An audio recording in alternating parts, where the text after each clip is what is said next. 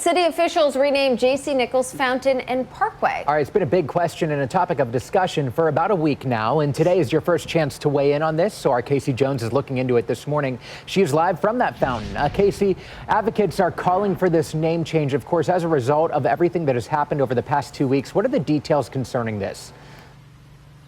All right, Joe. So this fountain behind me, we know that it's a popular spot in Kansas City. In fact, the Parks Department says it's the most photographed fountain in the entire metro. On top of that, in football season, when the Chiefs are playing, sometimes this fountain is actually spotlighted on national TV. Now, the problem is that advocates say J.C. Nichols, the man who the fountain is named after, was racist and should not be celebrated. Nichols was a real estate developer who gave us Country Club Plaza and Brookside. Historians say he was also responsible for redlining and implementing policies that kept black people confined to certain parts of the city.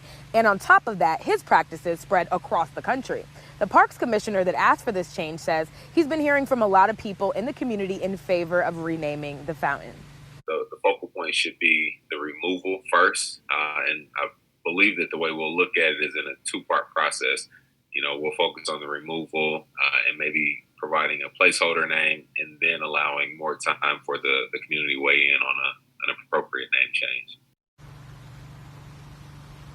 So there was an idea to rename the fountain and the parkway after Reverend Dr. Martin Luther King, but the Southern Leadership Christian Council, that is an organization that Dr. King was a part of, they say they don't think that this is an appropriate tribute, but they did say this fountain should be renamed. Some more chatter I've heard about potential names: Henry Perry. He was considered the father of Kansas City barbecue, but I'm sure we can expect to hear a lot more suggestions in the coming days and weeks. Reporting live from Kansas City, Casey Jones, KCTV 5 News. All right, Casey, good information, and you raise a good point about it being broadcast on national TV. It is a highlight of our city, so there needs to be some thought put into that name. For sure. Thank you so much.